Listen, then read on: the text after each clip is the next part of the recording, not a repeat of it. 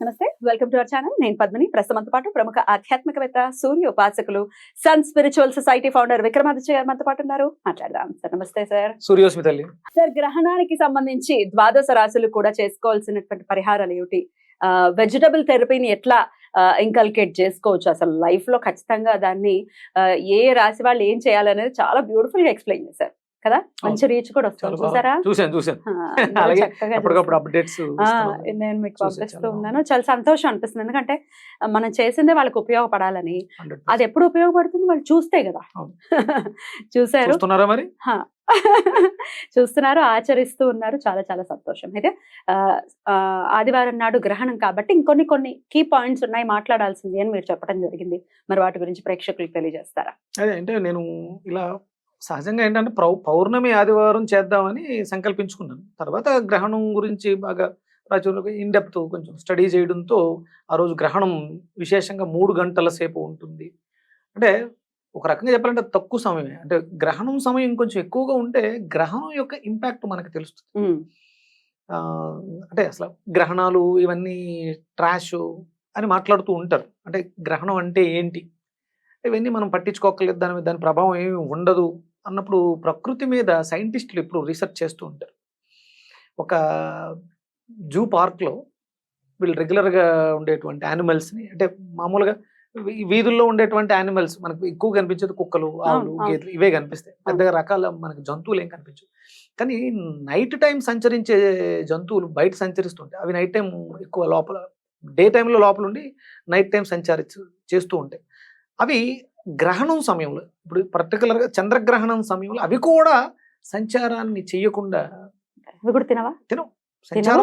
సంచారం చేయు. భయం అంటే ప్రకృతిలో జరుగుతున్న పసిగట్టగలవు. వాటికి ఉన్నటువంటి సెన్స్ మనకు ఆ మాత్రం జ్ఞానం లేకుండా. అంటే మనము నాస్తికవాదంతో మనం మాట్లాడుతుంటాం. గాడిద గుడ్డు, ట్రాష్, గ్రహణం, రాహు లేదు, కేతు లేదు, గాడిద గుడ్డు అంటే రాహుకేతు అని పేరు పెట్టాం.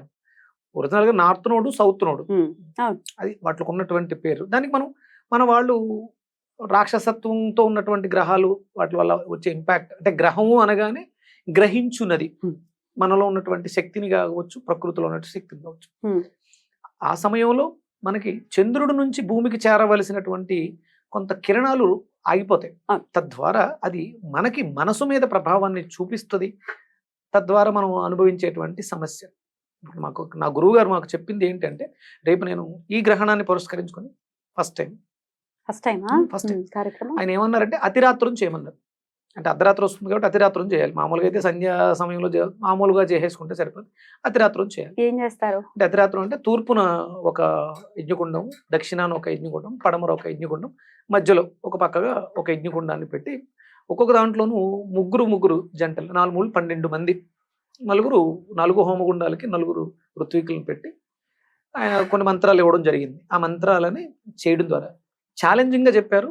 మానసికంగా బాగాలేని వాళ్ళని తీసుకొచ్చి కూర్చోబెట్టి అక్కడ ఆ హోమం తర్వాత వాళ్ళ జీవితంలో వచ్చేటువంటి మార్పులు గమనించు అన్నారు. ఇది ఒక ఛాలెంజ్.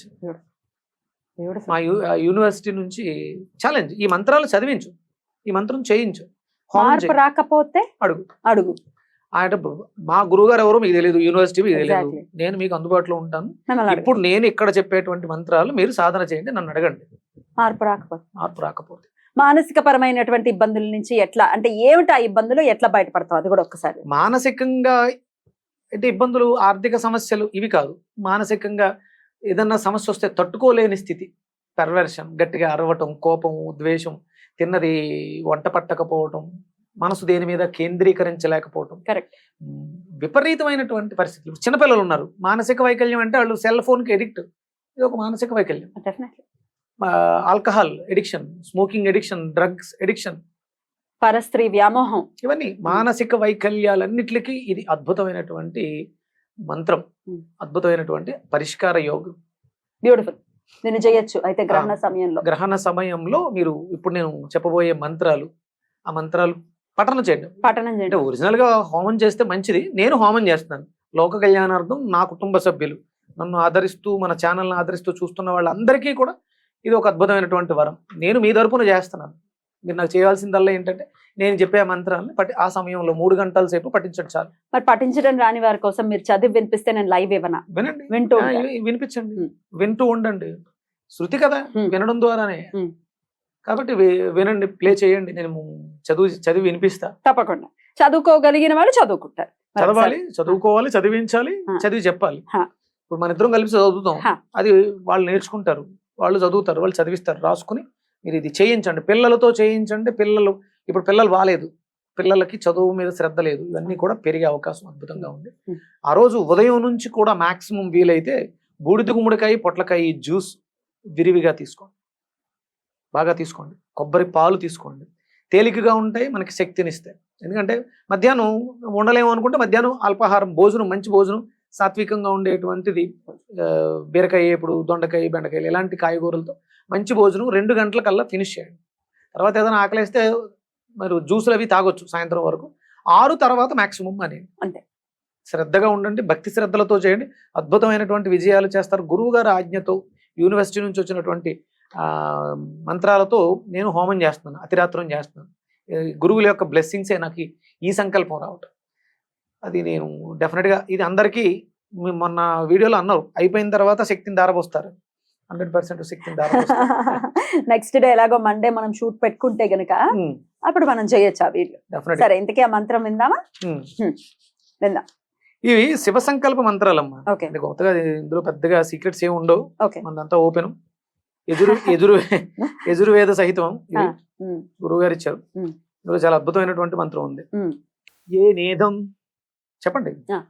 ఏ నేదం, ఏ నేదం, భూతం, భూతం, భువనం, భువనం, భవిష్యత్, భవిష్యత్, పరిగృహీత, పరిగృహీత, అమృతేన సర్వం, అమృతేన సర్వం, ఏన ఏన యజ్ఞస్త్రాయతే, యజ్ఞస్త్రాయతే, సప్తహోత, సప్తహోత, తన్మే మనః, తన్మే మనః, శివ సంకల్పమస్తు. శివ సంకల్పమస్తు. ఇది ఒక మంత్రం, దీన్ని రాసుకుని దీన్ని రిపీట్ చేయండి. ఇంకా ఏన ఏన కర్మాణి కర్మాణి ప్రచరంతి ప్రచరంతి ధీరా ధీరా యతో వాచ యతో వాచ మనసా మనసా చారుయంతి చారుయంతి యత్ సంహితం యత్ సంహితం మనస్సంచరంతి మనస్సంచరంతి ప్రాణినస్తన్మే ప్రాణినస్తన్మే మనస్శివ సంకల్పమస్తు. మనస్శివ సంకల్పమస్తు.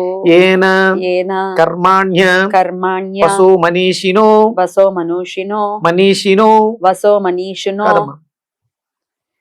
కర్మాణ్య పసో పసో మనీషినో మనీషినో మనిషి కాదు మనీషినో. ఓకే. ఏన ఏన ఏన కర్మాణ్య కర్మాణ్య పసో పసో మనీషినో మనీషినో యజ్ఞే యజ్ఞే కృణ్వంతి కృణ్వంతి కృణ్వంతి విదదేషు విదదేదే విదదేషు విదదేషు ధీరాః ధీరాః యదపూర్వం యదపూర్వం యక్ష్మమంతం ప్రజానాం తన్మే మనః తన్మే మనః శివ సంకల్పమస్తు. శివ సంకల్పమస్తు. చాలా ఉన్నాయి శివ సంకల్ప మంత్రాలు. ఇవన్నీ కూడా శివుడి సంకల్పం ద్వారా మనకి సంకల్పించి మనసుకి సంబంధించినవన్నీ కూడా ఇది సార్ట్ అవుట్ చేస్తుంది అని చెప్తున్నారు. ప్రాబ్లమ్స్ ఇంకా అద్భుతం, వీటిని చేసుకోవచ్చు.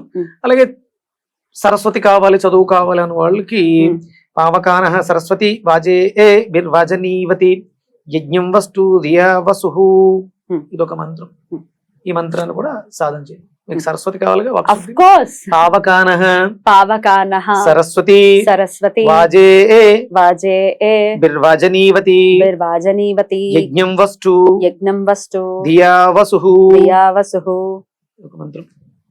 వాగ్దేవి ఎవరికి అవుతూ జీవిత పర్యంతం కావాలి వాగ్దేవి. ఎంత షార్ప్ వస్తుందంటే, నేను ప్రాక్టీస్ లో ఉన్నాను కదా, చేస్తూ ఉన్నప్పుడు ఆ షార్ప్నెస్, మనం ఉచ్చరించేటువంటి పదాల్లో వచ్చేటువంటి స్వచ్ఛత సరస్వతి ఉండి నడిపిస్తుంది.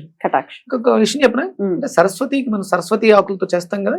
ఈ మంత్రం మొదలు పెట్టిన తర్వాత మాకు తెలిసిన మహేంద్రవాడ అని మా అనపర్తి పక్కనే మా మేనత్త గారు అమ్మాయి ఉంటుంది.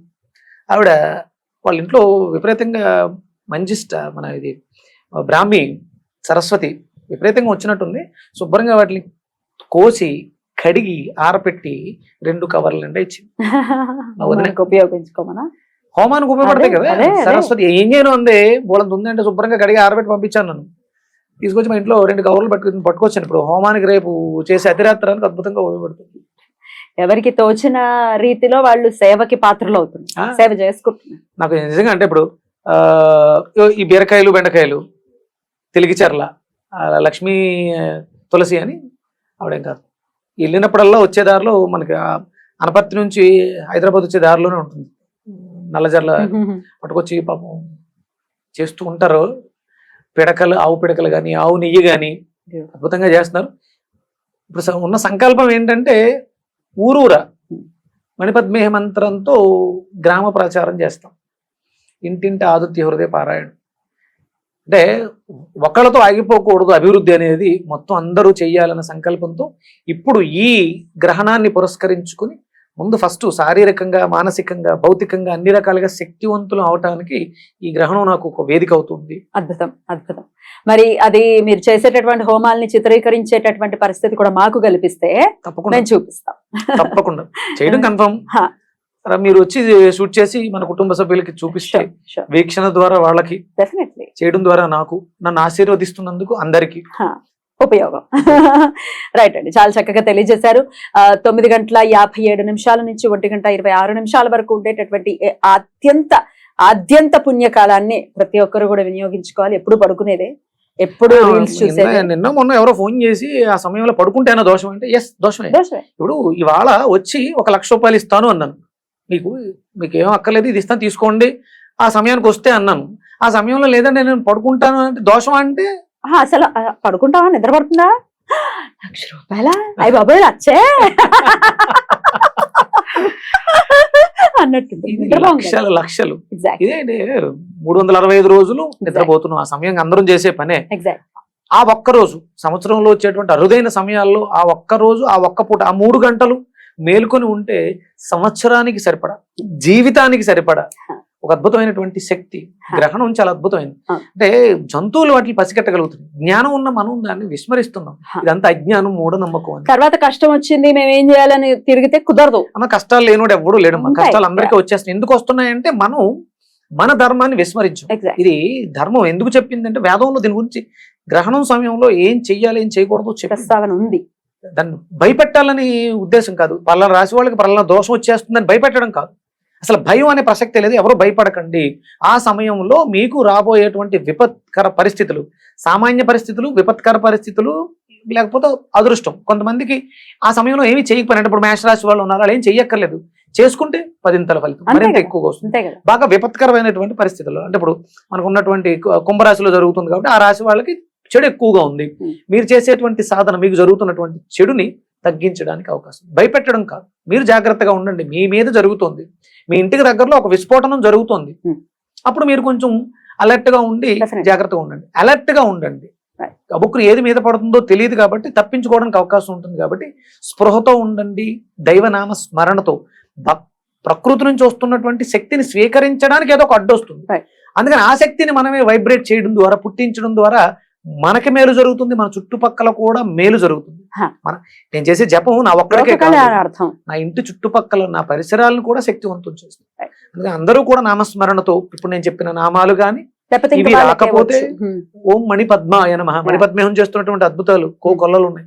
ఓం మణిపద్మేహం, ఓం మణిపద్మేహం అంటూ చేయండి. 10 ఫలితాన్ని, అద్భుతాలని చూస్తారు. చూడాలి అలా మన వాళ్ళు వస్తున్నాయి, కష్టాలు వస్తున్నాయి, అది వస్తున్నాయి, ఇది వస్తున్నాయి, అన్ని పక్కన పడేసేయండి. ఇది మనల్ని మనం శక్తివంతుల్ని చేసుకోవడానికి వస్తున్నటువంటి ప్రకృతి అందిస్తున్నటువంటి ఒక అద్భుతమైనటువంటి అవకాశం.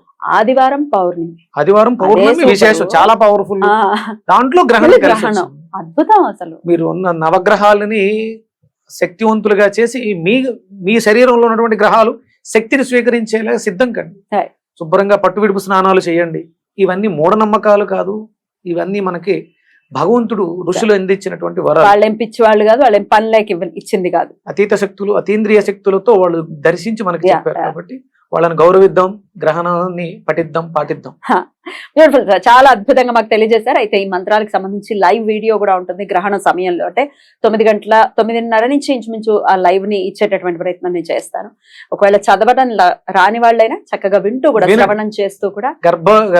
గర్భిణీ స్త్రీలు జాగ్రత్తగా తేలికపాటి ఆహారాన్ని స్వీకరించండి. శుభ్రంగా విశ్రమించి కూర్చొని లేకపోతే పడుకొని సుఖాసనములో ఆసన ప్రాయంతో శుభ్రంగా ప్రశాంతంగా పడుకొని నామస్మరణ వింటూ గాని చదువుతూ గాని పడుకోండి. ఎలాంటి విపత్కరమైన పరిస్థితులు ఉండవు. పుట్టబోయే బిడ్డలకి అద్భుతమైనటువంటి యోగ్యమైనటువంటి సమయం. వాళ్ళని మరింత శక్తివంతులుగా చేయాలి.